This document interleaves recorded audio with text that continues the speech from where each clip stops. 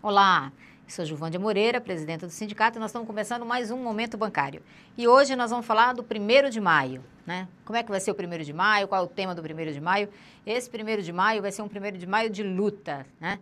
E nós vamos defender o emprego do trabalhador e a gente precisa contar com você neste 1º de maio. Para falar do 1º de maio, a gente está aqui com Adi dos Santos Lima, que é presidente da CUT São Paulo. Boa noite, Adi. Obrigado pela presença. Boa noite a você e eu que agradeço aqui o convite. Bom, e também, né, essa semana, né, dia 28 de abril, foi o Dia Mundial em memória das vítimas de acidente do trabalho, que o sindicato sempre faz bastante atividade, porque a saúde do trabalhador é um tema muito importante para a gente.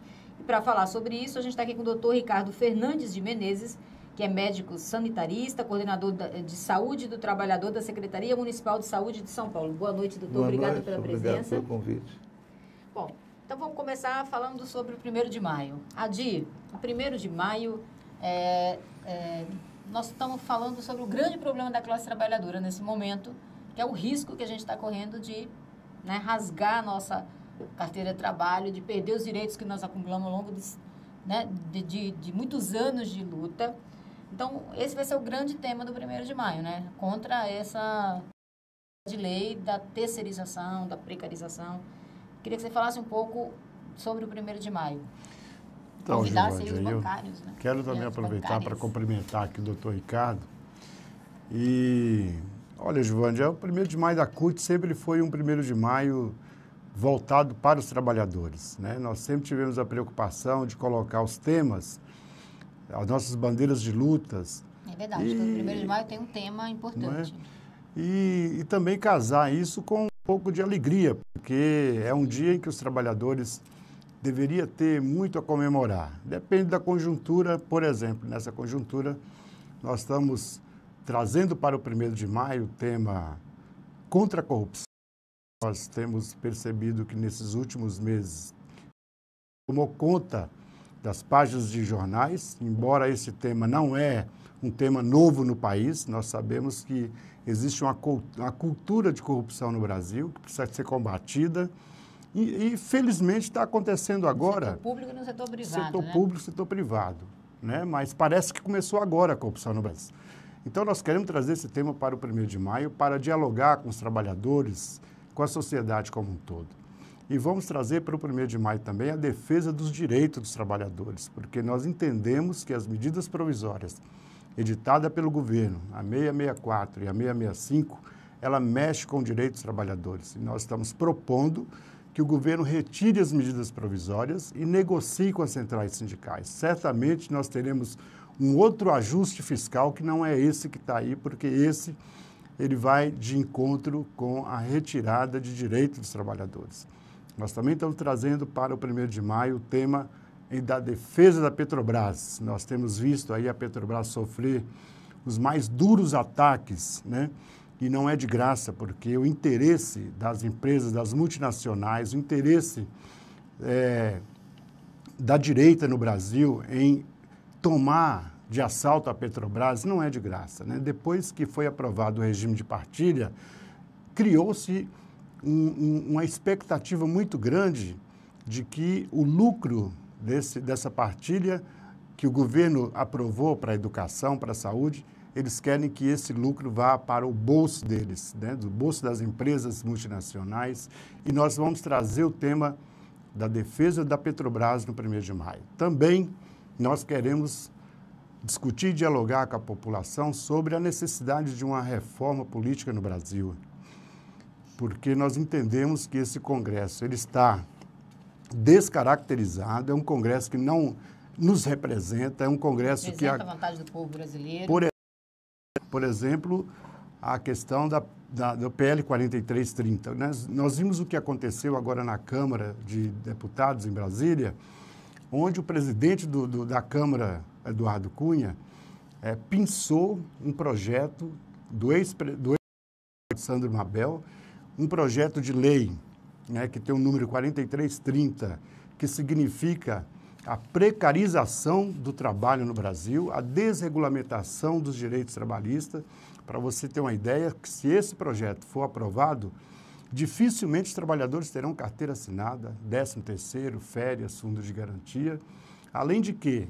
Você pode contratar todo mundo como pessoa jurídica, por exemplo, né? Por exemplo. Ou contratar, mandar abrir uma empresa, juntar lá, contratar a empresa, para você não ter encargos mais trabalhistas, compromisso com a O que eles querem é isso, é fugir dos direitos dos trabalhadores, porque aí eles poderão, o trabalhador que ganha R$3.000, ele passará a ganhar R$1.000, porque esse é o cálculo que os trabalhadores de terceiros ganham, geralmente 1/3 do que o trabalhador da mesma, fazendo a mesma atividade, trabalhando na mesma função. Sabe que na nossa categoria, isso é pior, é 70% a menos.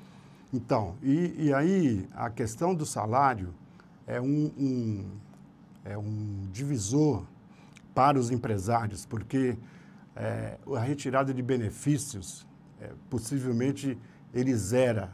O trabalhador de terceiro não tem direito ao mesmo transporte que o trabalhador na mesma fábrica tem, simplesmente porque ele é terceiro. Ele não tem direito ao mesmo restaurante. Então, ele tem que levar marmita dentro de uma empresa que ele vê o colega dele indo almoçar num restaurante e ele comendo uma marmita simplesmente porque ele é um terceiro.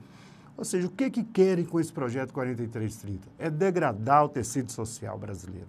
Nós não temos outra resposta para os empresários que querem a aprovação desse projeto. Você diria que esse é um dos temas mais importantes aí do 1º de maio, que tem a ver com todas essas lutas que a gente está fazendo, né? Então, nós queremos chamar, fazer uma convocatória a toda a classe trabalhadora no estado de São Paulo para o 1º de maio, no Vale do Anhangabaú, às 10 horas da manhã, refletir sobre esses temas. É um dia de luta, é um dia de protesto, é um dia de reflexão, porque só assim, envolvendo a sociedade como um todo, envolvendo os trabalhadores como um todo, é que nós iremos dar uma resposta ao Congresso brasileiro. Com certeza. Doutor Ricardo, são 2.200.000 acidentes de trabalho entre 2011 e 2013, sendo 8.503 mortes, né? É um absurdo, né? O ser humano está morrendo no local de trabalho por conta do local de trabalho, né? É um absurdo, mas eu quero, de início, parabenizar a CUT por ter saído na frente na defesa dos direitos dos trabalhadores brasileiros e, particularmente, agora na luta contra a terceirização. Voltando aos acidentes, são dados da Previdência, né? Uhum. Na verdade, provavelmente, quer dizer, com toda certeza, é muito maior o dado, né? A notificação de acidentes, doença do trabalho, subnotificação de acidentes existe, doença do trabalho relacionada ao trabalho é maior ainda. Sabe, falando da subnotificação, nossa categoria a gente também pega muita subnotificação, né? Os bancos tentando esconder o adoecimento. Isso é um reflexo da política que vem lá da ditadura, quando a gente teve uma epidemia de acidente de trabalho, tinha ano que 20% da força de trabalho se acidentava. E aí a ditadura traçou a seguinte política: entregou para o empresariado o controle das condições que geravam os acidentes e geravam as doenças. A gente até hoje dialoga com essa política, que ela é forte, o empresariado todo quer que ela se mantenha, porque mantém serviços que não fazem aparecer a realidade como deveria, mantém serviços que eles contratam e tal. A gente até colocou na Constituição que era um dever do Estado, portanto, do setor saúde, cuidar da saúde do trabalhador. Mas essa luta é muito dura, assim como a luta contra a terceirização, né? Querem precarizar a vida, né? Não é só o mundo do trabalho. Mas é uma luta dura para o poder público. Mas é importante você ter sindicatos fortes que ajudem a fazer essa luta, né? Nós trabalhamos muito o tema da saúde, tem mesa temática sobre saúde, grupo de trabalho que está estudando os acidentes de trabalho, isso é importante, né, doutor? A gente tem que ter sindicatos como os bancários, que é histórico o envolvimento dos sindicatos bancários com essa questão, para a gente, de fato, o poder público ter o apoio do movimento sindical, sindicatos fortes apoiando, ter uma política E, de fato, é uma finalidade, é prevenir, propor medidas para evitar a doença, evitar os acidentes, diminuir todos eles e, particularmente, óbitos evitáveis, você zerar com eles, porque não é admissível. Nós vamos fazer um pequeno intervalo aqui, a gente volta. Eu, inclusive, queria, na volta, te perguntar sobre por que tanto trabalhador terceirizado adoece mais, tem mais acidente de trabalho. Tá bom. Queria que o Adi continuasse falando aqui sobre o 1º de maio, convocando todo mundo. Então, a gente faz um pequeno intervalo e volta já já.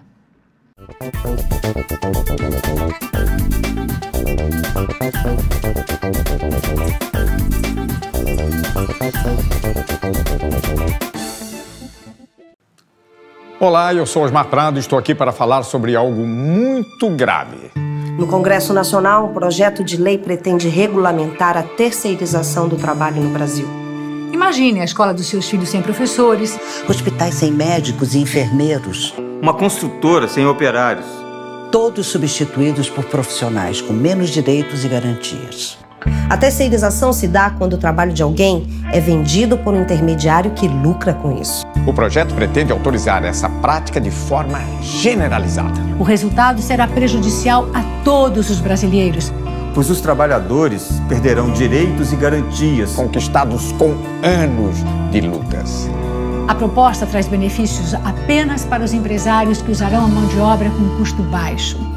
Basta lembrar que os maiores índices de acidentes de trabalho que hoje ocorrem no Brasil atingem os trabalhadores terceirizados. Caso ocorra a aprovação desse projeto, teremos redução dos atuais salários e empresas sem empregados, pois todos serão terceirizados.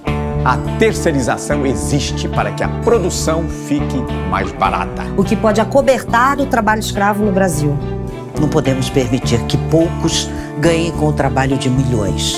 Esse é o Brasil que você quer para as futuras gerações? Eu digo não. Eu digo não. Eu digo não. Não para a terceirização do trabalho. E você?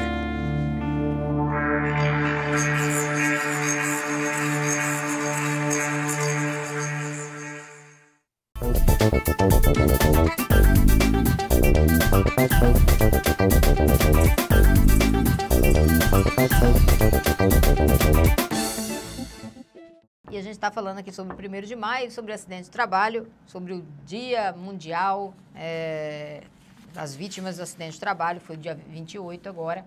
Então, a gente está com o doutor Ricardo, que é coordenador, Ricardo Menezes, que é coordenador de saúde do trabalhador da Secretaria Municipal de Saúde, e o Adi, presidente da CUT de São Paulo. Doutor Ricardo, eu terminei o primeiro bloco perguntando o seguinte: por que os terceirizados sofrem mais acidentes de trabalho? E é verdade isso? É verdade. Tem um estudo do GESE que em 10 acidentes, 7 de trabalhadores terceirizados. O município de São Paulo, com os dados de 2012, não captura isso. Captura uma realidade de 70%, em torno de 20 mil acidentes de trabalhadores com carteira assinada. Mas tem explicação. A primeira explicação é a subnotificação muito grande. A segunda explicação é que o trabalhador de uma não terceirizado, em geral, são ligados a setores da economia que têm sindicatos potentes, que negociam direitos e, inclusive, o direito de emitir um acate. E isso, a estatística aparece. Né? Isso ressalta a importância de você ter sindicatos fortes, de você ter os trabalhadores terem uma organização sindical forte, né? Exatamente. E a inserção dos trabalhadores terceirizados, até hoje, querem fazer para tudo, atividade fim, inclusive. Mas a limpeza, a segurança, a inserção nos locais de trabalho deles, além dos sindicatos serem frágeis, é muito complicada, né? Porque eles não pertencem àquela organização. Vai lá, faz uma tarefa e nem convive com a organização. Na minha secretaria tem fora da organização, porque a gente tem na nossa locais onde terceirizados ficam, que é outro prédio, que às vezes tem rato, tem barata, os banheiros estão em condições péssimas de limpeza, de higiene. Isso justifica bastante a situação em que os terceirizados ficam, né? Eles não cumprem as regras de segurança, saúde. E mesmo quando eles trabalham no local de trabalho fim da instituição, são outros horários, você quase não vê. Na limpeza, em geral de noite. Então, a situação geral do trabalhador terceirizado hoje justifica ter acidente e existe a subnotificação muito grande no geral, né?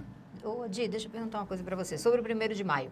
Bom, a gente já chamou, está chamando aí você que está nos assistindo, ser bancário e bancária, a participar do 1º de maio, vai ser no Vale do Anhangabaú, a partir das 10 horas da manhã. E quem está organizando esse 1º de maio? A CUT, mas ela está junto com outros movimentos, outras centrais? Verdade. A CUT, esse ano, ela tem a participação, a organização do 1º de maio, juntamente com a CTB, que é outra central sindical, a Intersindical e os movimentos sociais. São quase 30 entidades sociais que estão ajudando, que estão na organização desse 1º de maio. Entre eles está a CMP, UNE, MST, Estudantes, moradia, né? Trabalhadores do campo, da cidade, trabalhadores do setor privado. Então, existe aí mais de 30 entidades organizando esse 1º de maio, que vai acontecer no Vale do Anhangabaú a partir das 10 horas. Qual a expectativa? E mais, Giovanni. De pessoas, de público? Nós temos dialogado com os movimentos sociais e todos têm a mesma compreensão da conjuntura, e esses temas que nós estamos trazendo para o 1º de maio são temas que envolvem todos os movimentos sociais, né? Não envolve só a CTB e nem a Intersindical.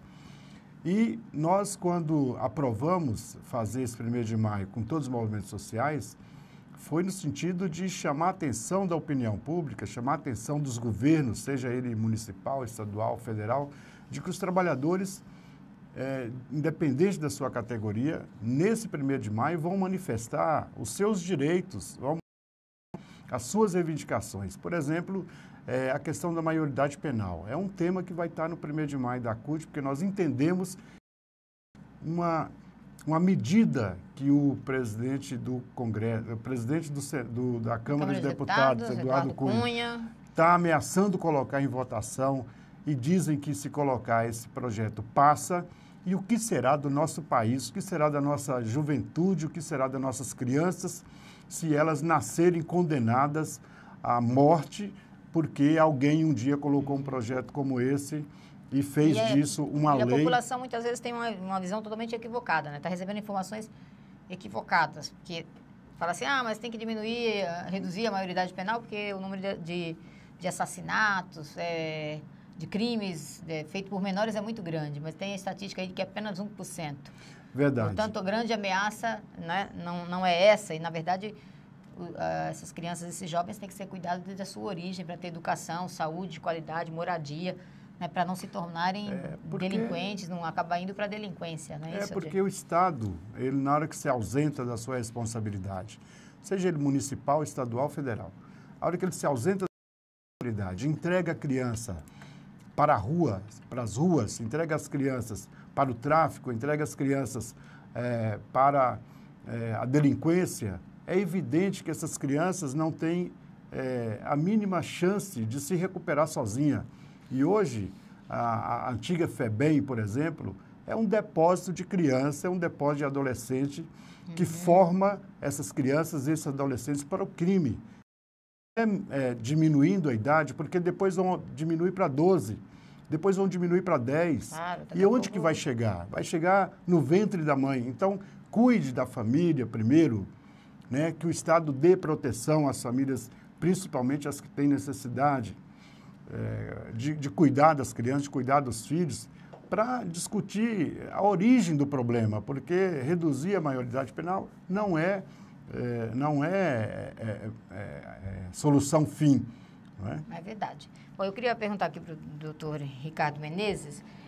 Eu lembro que a cidade de São Paulo tinha centros de referência em saúde do trabalhador, a gente sempre encaminhava bancários para lá, porque, inclusive, tinha um atendimento muito bom, especialistas mesmo, que tinham um olhar para o trabalhador com respeito, né, investigava as doenças. Como é que estão esses centros, doutor? Então, entre 1989 e 92, a gente organizou uma política de saúde do trabalhador que envolvia toda a rede de atenção à saúde municipal e 6 centros de referência. Né?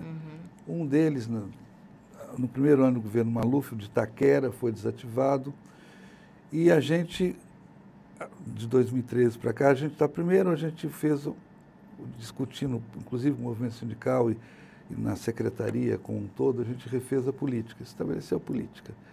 E aí a gente voltou a tratar esse centro de referência como prioridade, porque eles continuam tendo especialistas em várias áreas, mas como a política não era prioritária, os governos conservadores foram muitos, deixaram para lá. Então, a própria unidade estava afastada da rede. Então, a gente está reinserindo, a gente fez um investimento pesado nesses 2 últimos anos, está reinserindo o Centro de Referência ao Trabalhador na rede de assistência, para ser referência clínica mesmo, para os médicos encaminharem, ou outros profissionais, e eles desenvolveram uma habilidade importante, que é fazer vigilância de ambiente de trabalho. Tem técnicos, sabe fazer muito bem. Então, a gente está desenvolvendo... E pode ter parceria com o movimento sindical? Pode, então, deve. Nós já nos colocamos aqui à disposição para fazer essa parceria. A prioridade da nossa política é abordar os profissionais da rede que atendem as pessoas, para eles pensarem em doenças, diagnosticarem e tudo mais, notificarem, para a gente conhecer a realidade. A segunda é a vigilância, manter, ampliar. O centro de referência tem o papel claro. E a quarta é retomar a articulação com o movimento sindical, porque essa política, a gente não faz uma política efetiva se não tiver articulação com o movimento sindical. E é simples. Sempre ajudava muito na luta dos trabalhadores, né, nessa questão da doença do trabalho. Os centros sempre foram uma referência importante para a gente. Que bom, saber disso, e nós com certeza vamos acompanhar. Contamos com vocês. Gente, eu queria agradecer aqui a presença de vocês, porque nós estamos encerrando. Eu posso só aproveitar aqui para dizer que o presidente nacional da CUT fez um convite ao presidente Lula para participar do nosso 1º de maio, e ele confirmou a presença. Portanto, o presidente Lula estará no 1º de maio da CUT, da CTB, da Intersindical e dos movimentos sociais. Muito bem, nós todos estaremos lá, contamos com a sua presença, bancário e bancária, da sua família, né? Venha para o Vale do Anhangabaú, vamos defender os nossos direitos. Obrigada, Adi, que é presidente da CUT São Paulo, obrigado, doutor Ricardo Menezes, pela presença aqui, e um grande abraço a todos e até o próximo Momento Bancário.